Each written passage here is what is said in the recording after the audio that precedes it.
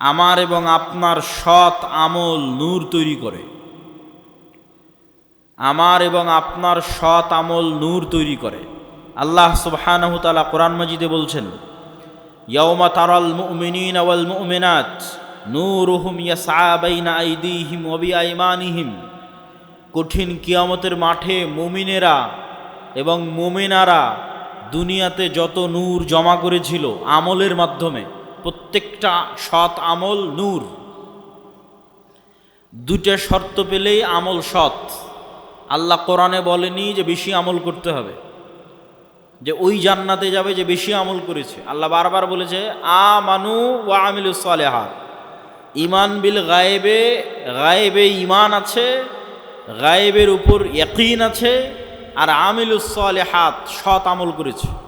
সৎ আমল নূর তৈরি করে। তো সৎ আমল দুই শর্তে নূর তৈরি করে, তখন এটা সৎ আমল হয়। এক, যদি হৃদয়ে ইখলাস থাকে, তাহলে ইখলাস পাওয়া মাত্রই নূর তৈরি হওয়া শুরু হয়ে যায়। দুই, আমল যদি গায়েবের সাথে মিলে যায়। প্রত্যেকটা আমলের ফরম্যাট গায়েবে নির্ধারিত, যেই ফরম্যাট ওহির মাধ্যমে আল্লাহ রাসূলের কাছে পাঠিয়েছে। গায়েবে নির্ধারিত ফরম্যাটের সাথে না মিললে আমল কবুল হবে না, আমলে নূর তৈরি হবে না। তো গায়েবে নির্ধারিত ফরম্যাটের সাথে মিলাতে চাইলে কাকে দেখতে হবে? মুহাম্মদ সাল্লাল্লাহু আলাইহি ওয়াসাল্লামকে। কেননা গায়েবের ওই ওয়াহি, ওই জ্ঞান মুহাম্মদ সাল্লাল্লাহু আলাইহি ওয়াসাল্লামকে দেওয়া হয়েছে। তাহলে মুহাম্মদ সাল্লাল্লাহু আলাইহি ওয়াসাল্লামের আমলের সাথে যখন আমল হুবহু মিলে যাবে, মানে ওটা গায়েবের ফরম্যাটের সাথে হুবহু মিলে গেছে। আর অন্তরে যখন ইখলাস তৈরি হবে, তখন এই আল্লাহর নবীর সাথে কাজের সাথে মিলে যাওয়া, তথা গায়েবের ফরম্যাটের সাথে মিলে যাওয়া, আর অন্তরে ইখলাস তৈরি হওয়া, এই দুটো যখন তৈরি হয়ে যাবে তখন আমলে নূর তৈরি হয়ে গেল।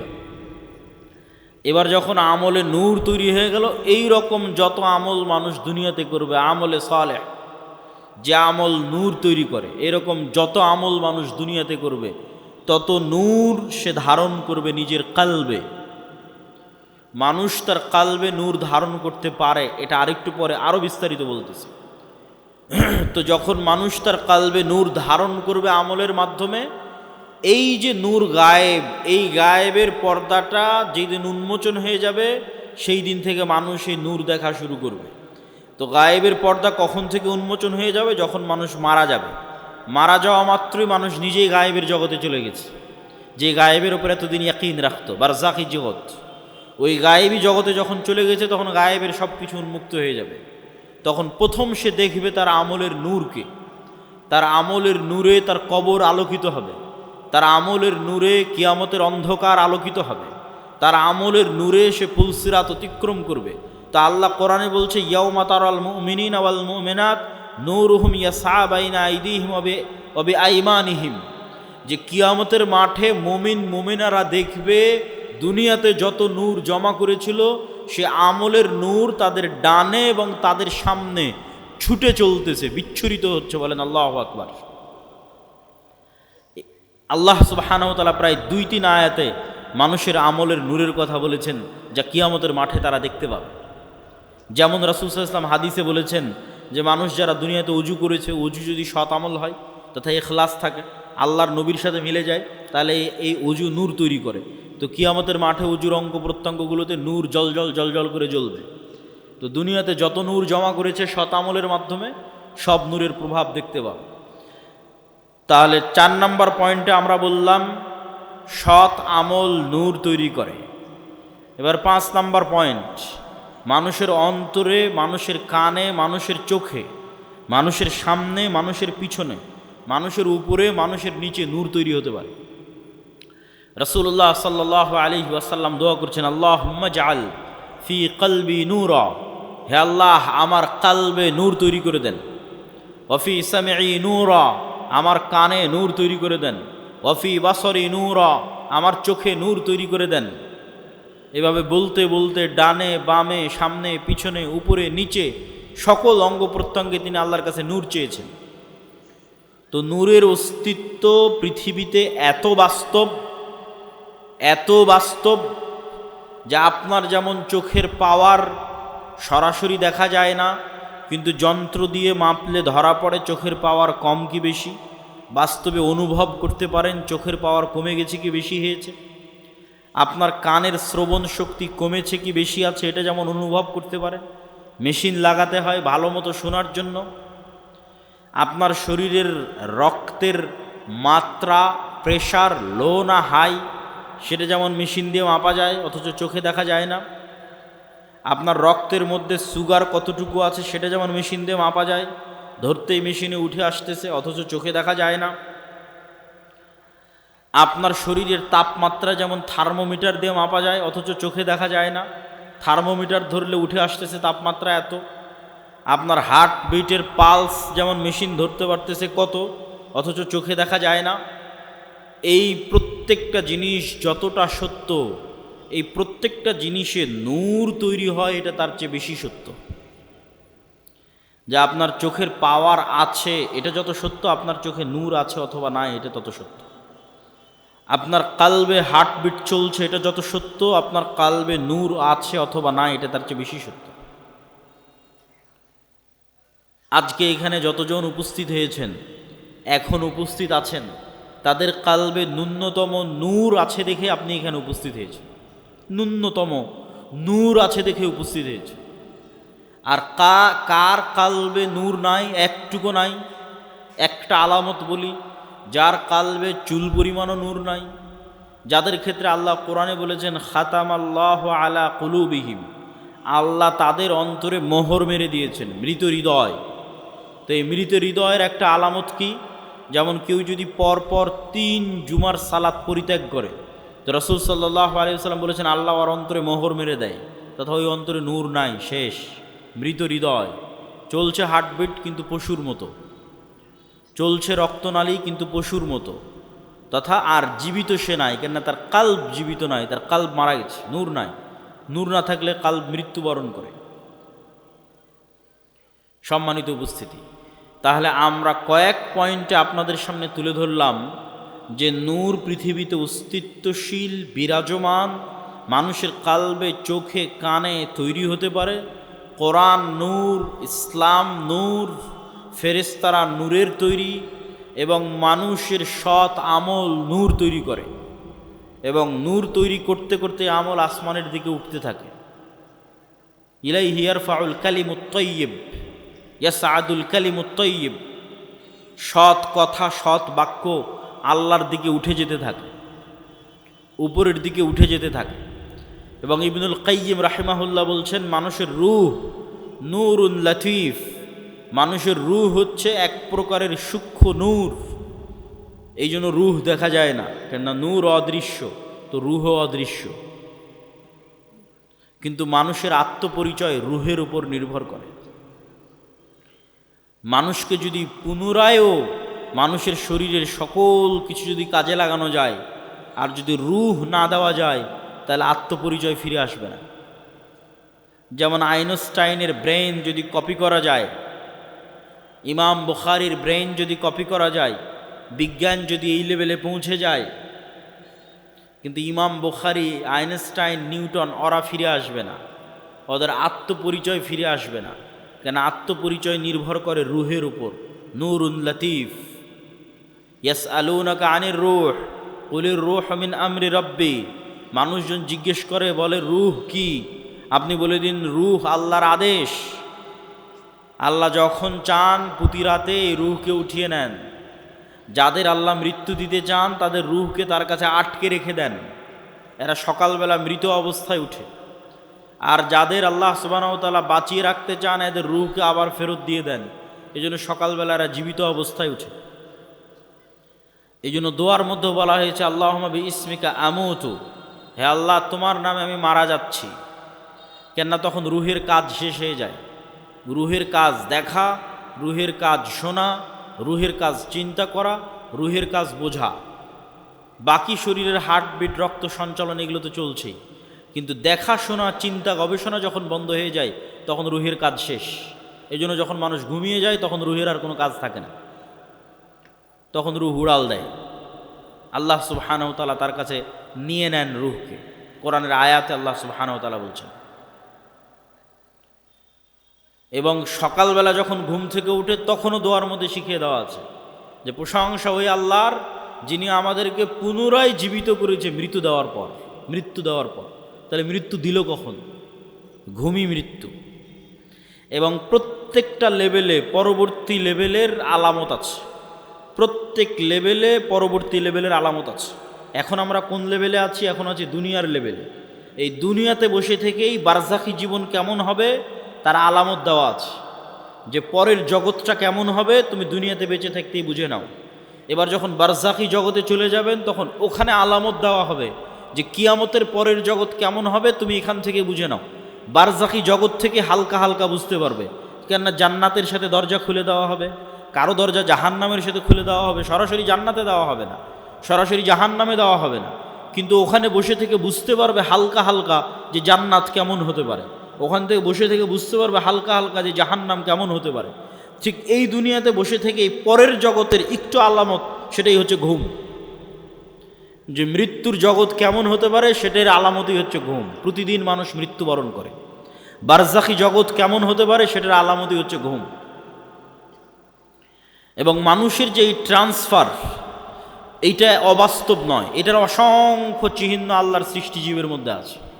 গায়েবের অসংখ্য আলামত আল্লাহ হয়তো মানুষের মধ্যে দিয়ে রাখেনি, কিন্তু আল্লাহর অন্য সৃষ্টিজীবের মধ্যে দিয়ে রেখেছে। যেমন আল্লাহর একটা সৃষ্টিজীব প্রজাপতি। প্রজাপতি কিভাবে তৈরি হয়? প্রজাপতি প্রথমে শুঁয়োপোকা থাকে, পোকা হিসেবে সে বিভিন্ন গাছের পাতা খেয়ে বেড়ায়। ঠিক যেভাবে আচা পোকা থাকে ওইরকম পোকার মতো সে জীবনযাপন করে, উঠতে পারে না। তাহলে পোকা হিসেবে জীবনযাপন করে গাছের পাতা খেয়ে 1.5-2 মাস পার করে। 1.5-2 মাস পার করার পর এই পোকা তার নিজের চারিপাশে একটা আবরণ তৈরি করে ওর মধ্যে মারা যায়। ওর মধ্যে মারা যাওয়ার আবার 15-20 দিন, 1 মাস 1.5 মাস পর ওই বাইরে ওই আবরণটা খুলে যখন বের হয় তখন প্রজাপতি হয়ে আকাশে উড়াল দেয়। তাহলে একটাই প্রাণী কয় ধরনের জীবনযাপন করতেছে এক পৃথিবীতে? একবার পোকা হিসেবে জীবনযাপন করতেছে, তখন গাছের পাতা খাচ্ছে, আকাশে উঠতে পারে না, তারপরে মারা যাচ্ছে, মৃত অবস্থায় থাকতেছে, থাকার পর আবার জীবিত হচ্ছে, তখন প্রজাপতি হয়ে আকাশে উড়াল দিচ্ছে।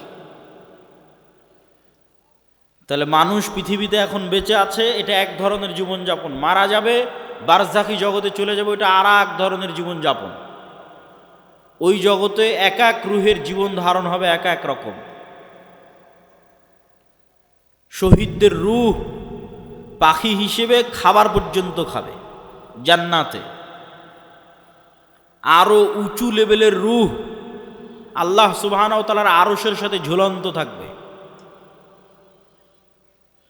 সম্মানিত উপস্থিতি, তাহলে পরবর্তী জীবন যে সম্ভব, এটার নিদর্শন আল্লাহর সৃষ্টিজীবের মধ্যেই পৃথিবীতে আছে।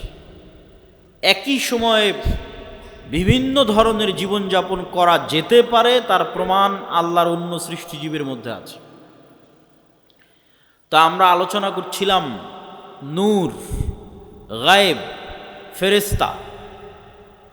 ফেরেশতারা নূরের তৈরি, আর নূর পৃথিবীতে বিরাজমান। নূর পৃথিবীতে অস্তিত্বশীল। এবার চলেন আমরা দেখব সাহাবীদের বিশ্বাস কেমন ছিল ফেরেশতাদের উপরে। রাসূল সাল্লাল্লাহু আলাইহি ওয়াসাল্লামের জীবদ্দশায় সাহাবীদের বিশ্বাস কেমন ছিল ফেরেশতাদের উপরে, তার দু একটা হাদিস দেখে নেই।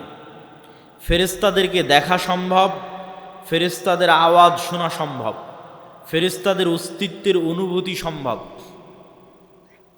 নবী ছাড়া সাধারণ মানুষও ফেরেশতা দেখেছে, নবী ছাড়া সাধারণ মানুষও ফেরেশতার আওয়াজ শুনেছে। আবু হুরায়রা রাদিয়াল্লাহু তাআলা আনহু থেকে বর্ণিত, তিনি বলেন, একদিন এক ব্যক্তি রাস্তা দিয়ে চলতেছে, তো আকাশ থেকে একটা আওয়াজ পেল, ইসকি হাদিকাতা ফুলান, উমুকের বাগানে পানি বর্ষণ করো। তো সেই ব্যক্তি দেখলো মেঘমালা ওই নির্দিষ্ট একটা বাগানে গিয়ে সেখানে বৃষ্টি বর্ষণ করলো। সেই বৃষ্টি বর্ষণের পানি নালা বেয়ে পড়ে যাচ্ছে। তো এই পানির আলামত ধরে ধরে যারা পিছনে দাঁড়িয়ে আছেন তারা এই পাশে, আমার হাতের বাম পাশে জায়গা খালি আছে, যারা ডান দিকে অথবা পিছনে দাঁড়িয়ে আছেন তারা হাতের বাম পাশে চলে এসে বসতে পারে। তো অদৃশ্য গায়েব থেকে আওয়াজ শুনে ওই ব্যক্তি ওই পানির লাইন ধরে ধরে জমিতে গেল। তো গিয়ে দেখে সেখানে একটা ব্যক্তি কাজ করতেছে, জমি চাষ করতেছে। বলে, ভাই তোমার নাম কি? তো বলে, আমার নাম এই। তো এই ব্যক্তি বলছে, বারে যেই নাম আকাশে শুনলাম এ তো দেখি সেই নাম বলে। তখন এই ব্যক্তি বলছে, আমি আকাশে তোমার নাম শুনলাম যে অমুকের বাগানে পানি বর্ষণ করো। তো তুমি বলো তো তুমি এমন কি করো যে আকাশে তোমার নামে আদেশ হয় যেন তোমার বাগানে পানি বর্ষিত হয়? তো এই ব্যক্তি বলল যে আমার জমিন থেকে যা ফসল উঠে সেই ফসলের 3 ভাগ করি আমি। 3 ভাগের 1 ভাগ আল্লাহর রাস্তায় দান করে দিই, 3 ভাগের 1 ভাগ এই জমিতে আবার ব্যয় করি, আবার আবাদ করতে খরচ করি, আর 3 ভাগের 1 ভাগ দিয়ে আমার দৈনন্দিন জীবন সংসার সারা বছর পরিচালনা করি। তো এই ব্যক্তি কোনো নবী নয়, সে ফেরেশতার আওয়াজ শুনেছে যে ফেরেশতা বলতেছে, ইসকি হাদিকাতা ফুলান, উমুকের বাগানে বৃষ্টি বর্ষণ করো। দেখেন, ফেরেশতার অস্তিত্ব পৃথিবীতে অতি বাস্তব। কত বাস্তব? আমার আত্মীয় স্বজন, ভাই বোন, সন্তান সন্ততির চেয়ে বেশি বাস্তব। কেন আমার আত্মীয় স্বজন, ভাই বোন, বাপ মা, সন্তান সন্ততির চেয়ে বেশি বাস্তব? এই জন্য যে আল্লাহ যখন প্রথম আমাদের সৃষ্টি করেছে, প্রথম যখন জান্নাতে আল্লাহ আমাদের সৃষ্টি করেছে আমাদের আদি পিতা আদম আলাইহিসসালামকে, তখন আদম আলাইহিসসালাম চোখ খুলে দেখেনি যে এটা আমার বাপ, এটা আমার মা, আর চোখ খুলে দেখেনি যে এটা আমার বউ, চোখ খুলে দেখেনি যে এটা আমার ছেলে। চোখ খুলে প্রথম পরিচিত হয়েছে বারে ফেরেশতা। ওয়াইজ ক্বালা রাব্বুকা লিল মালাইকাতি ইন্নী জাইলুন ফিল আরদি খলিফা ক্বালু আতাজআলু ফিহা মান ইউফসিদু ফিহা ওয়া ইয়াসফিকুদ দিমা। আল্লাহ নিজে পবিত্র কোরআনে ব্যাপকভাবে বর্ণনা করেছেন এই ঘটনা। আল্লাহ সুবহানাহু ওয়া তাআলা ডাক দিয়ে ফেরেশতাদের বলছেন যে আমি পৃথিবীতে মানুষ তৈরি করতে চাই। তখন ফেরেশতারা বলছে, আপনি পৃথিবীতে এমন কাউকে তৈরি করবেন যারা ফিতনা ফাসাদ করবে? নাহনু নুসাব্বিহু বিহামদিক ওয়া নুকাদ্দিসু লাক। আপনার কত তাসবিহ লাগবে? আমরা তো সারাদিন তাসবিহ পাঠ করছি, আপনার পবিত্রতা বর্ণনা তো আমরা করছি। তখন আল্লাহ বললেন, ইন্নী আ'লামু মা লা তা'লামুন। ফেরেশতারা, তোমরা অতটুকুই জানো যতটুকু আমি তোমাদের জানিয়েছি। পুরো গায়েব তোমরা তো জানো না, সম্পূর্ণ গায়েব তোমাদের জানা নাই। যতটুকু আমি জানিয়েছি ততটুকুই জানো। ওয়া আল্লামা আদামাল আসমাআ কুল্লাহা সুম্মা আরাদাহুম আলাল মালাইকা। আদমকে কিয়ামত পর্যন্ত যা সৃষ্টি হবে সব আল্লাহ শিখিয়ে দিয়েছেন। ওই ক্যামেরা, ওই কম্পিউটার, ওই মোবাইল, ওই বিমান, ওই পারমাণবিক বম সব আদম আলাইহিসসালাম জানতেন। আদম আলাইহিসসালামের ব্রেনে ছিল বলেই সেটা ট্রান্সফার হতে হতে হতে হতে হতে হতে মানুষের ব্রেনে এখনও আছে। এই জন্য ওটা মানুষ বের করে নিয়ে আসতে পারতেছে। যদি বাপের ব্রেনে না থাকে জীবনে সম্ভব নয় ওটা নিয়ে আসা। বাপের ব্রেনে ছিল, ট্রান্সফার হতে হতে মানুষের ব্রেনেও আছে। সময় সাপেক্ষে যুগের প্রয়োজনে বের হতে থেকেছে। যুগের চাহিদায় ওই পর্দাটা উন্মুক্ত হয়ে গেছে, যুগের চাহিদায় ওই পর্দাটা উন্মুক্ত হয়ে গেছে, ওই জ্ঞানের দরজাটা খুলে গেছে। কিন্তু সবগুলো জ্ঞান আগেই বাপের ব্রেনে রাখা আছে। বাপের ব্রেন থেকে ট্রান্সফার হতে হতে সন্তানের ব্রেনেও আসতে থেকেছে। যুগের প্রয়োজনে যখন যে জ্ঞানের দরকার, যখন যে গায়েবের পর্দা উন্মোচন হওয়ার দরকার, সেটা উন্মোচন হতে থেকেছে। ও আল্লামা আদম আল আসমা কুল্লাহা, সব শিখিয়ে দিলেন আল্লাহ আদম আলাইহিস সালাম। তারপরে ফেরেশতাদের ডাক দিয়ে বললেন, ফেরেশতারা বলো, আম্বিউনি বি আসমাই হাউলাই, এগুলোর নাম বলো, এগুলো কি? তখন ফেরেশতারা আর বলতে পারে না। ক্বালু সুবহানাক লা ইলমা লানা ইল্লা মা আল্লামতানা। আল্লাহ, আপনার পবিত্রতা, আপনি মহাপবিত্র, আমরা অতটুকুই জানি যতটুকু আপনি জানিয়েছেন, এর বাইরে আমাদের জানার কোনো ক্ষমতা নেই। ইন্নাকা আনতাল আলিমুল হাকিম, আপনি হলেন সর্বজ্ঞানী, আপনি হলেন সর্বজ্ঞানী এবং সর্বপ্রজ্ঞাময়। তখন আল্লাহ বললেন, ইয়া আদম আম্বিউহুম, এই যে আদম, এবার তুমি বলো তো এই জিনিসগুলোর নাম কি? ফালাম্মা আম্বাআহুম বিআসমাইহিম, তখন আদম আলাইহিস সালাতু ওয়াস সালাম সবগুলোর নাম বলে দিলেন।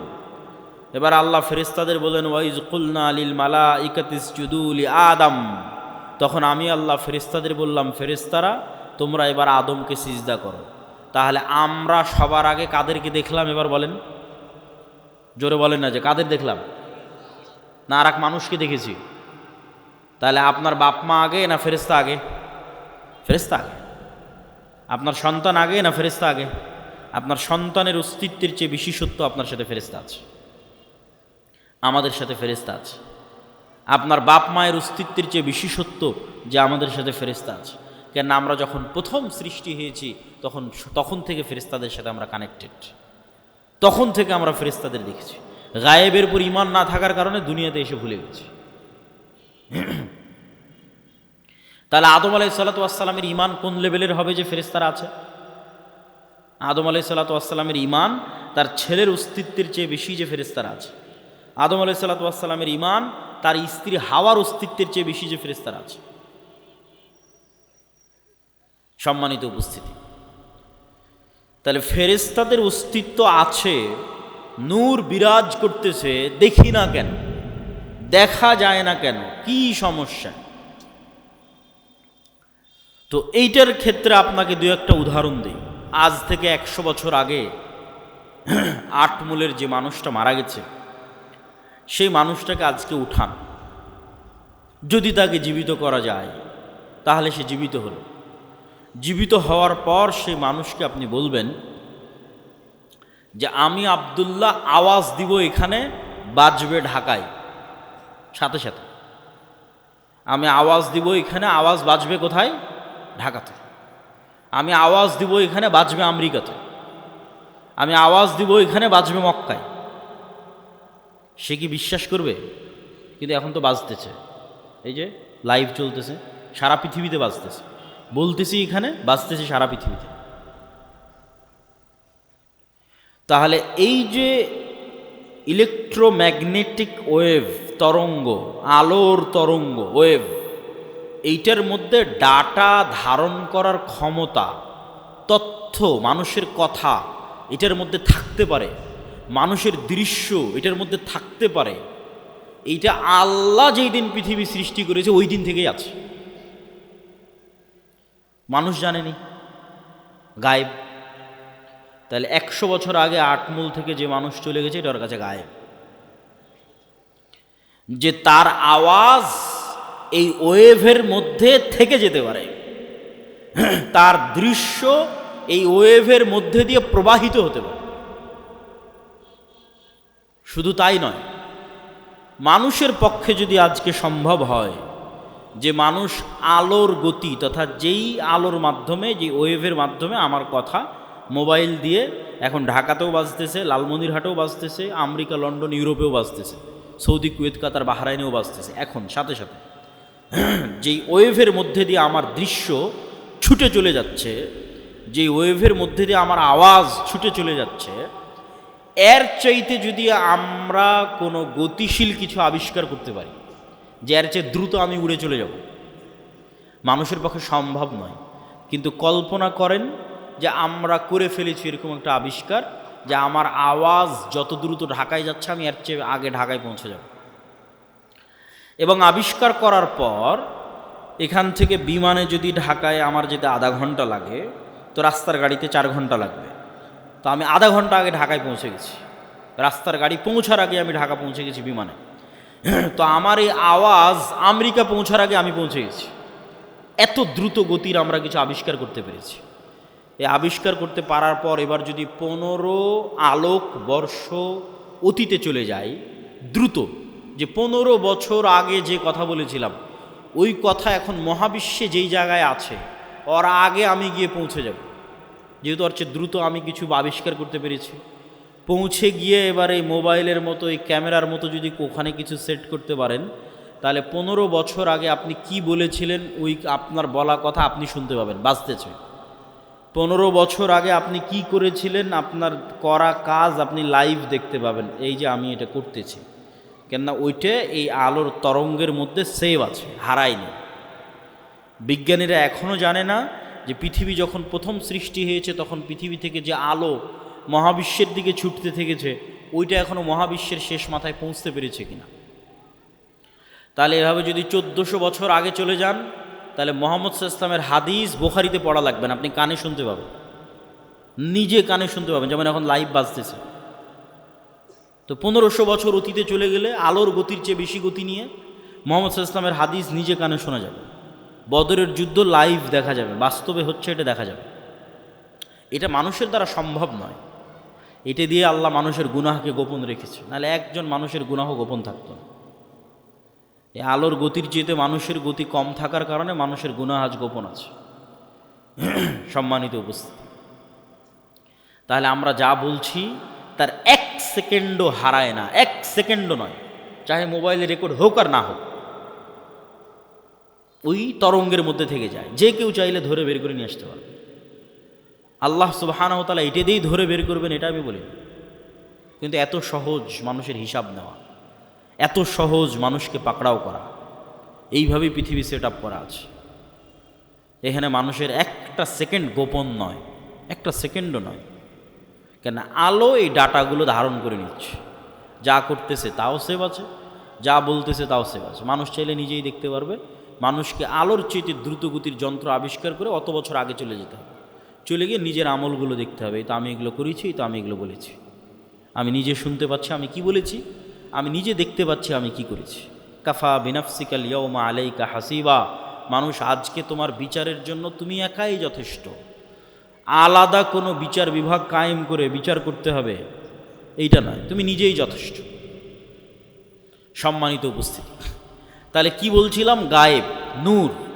তাহলে এই আলো আমার ডাটা ধারণ করতে পারে, এটা একসময় গায়েব ছিল, চোখে দেখা যায় না, তো এখনও দেখা যায় না, এখনও দেখা যাচ্ছে না। যন্ত্র ধরতে পেরেছে কিন্তু আমরা তো দেখতে পাচ্ছি না। তাহলে ওইটা যেমন সত্য যে আল্লাহ যেদিন পৃথিবী সৃষ্টি করেছেন ওই দিন থেকে মানুষের বলা কথায় আলোর মধ্যে থেকে গেছে, মানুষের বলা কাজ করা কাজ এই আলোর মধ্যে থেকে গেছে, এর চেয়ে বেশি সত্য যে এখানে নূর আছে, ফেরেশতা আছে। এটা এখন গায়েব। এবার বাস্তব জগতের আরও কিছু উদাহরণ দেই যেগুলো এখন যন্ত্রও ধরতে পারেনি।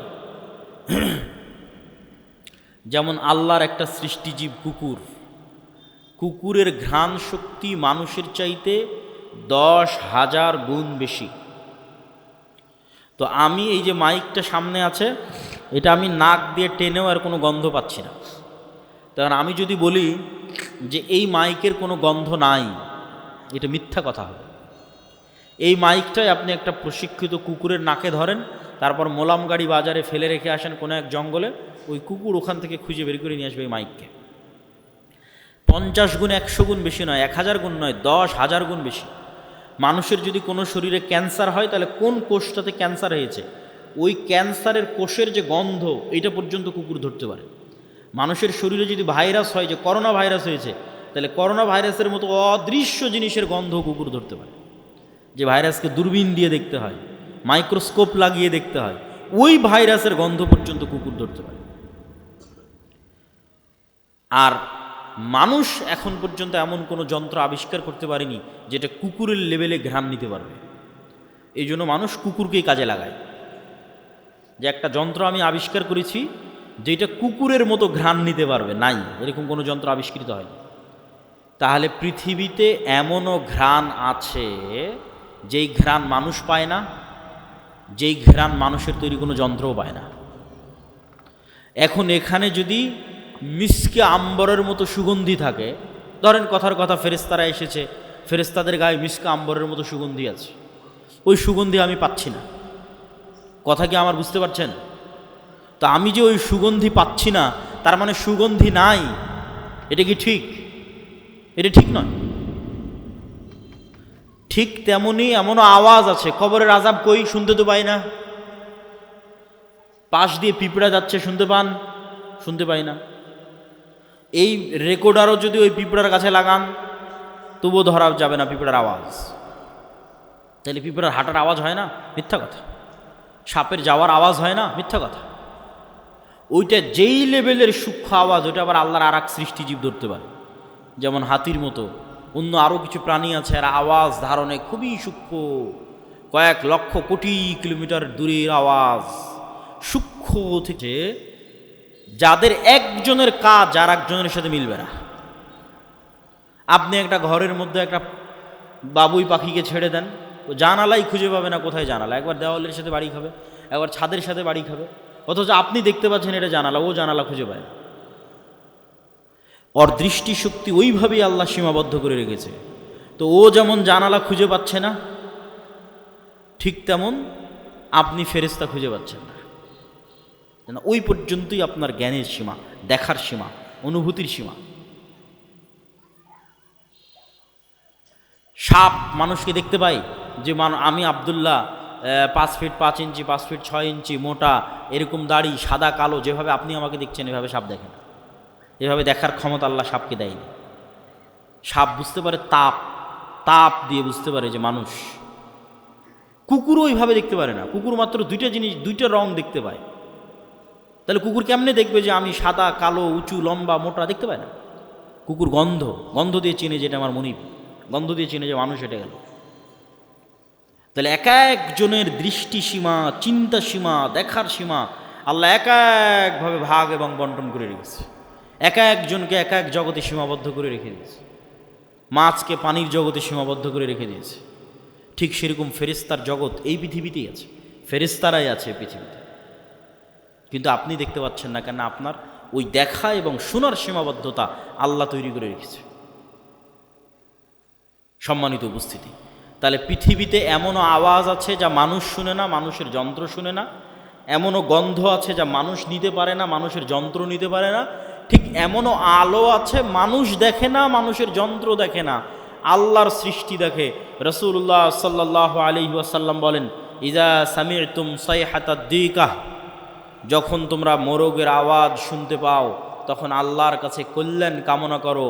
ফা ইন্নাহা রাআতিল মালাইকা, ফেরেশতাদের যেই নূর, এই নূরের যে আলো, এই আলো মোরগ দেখতে পায়। বলেন আল্লাহু আকবার।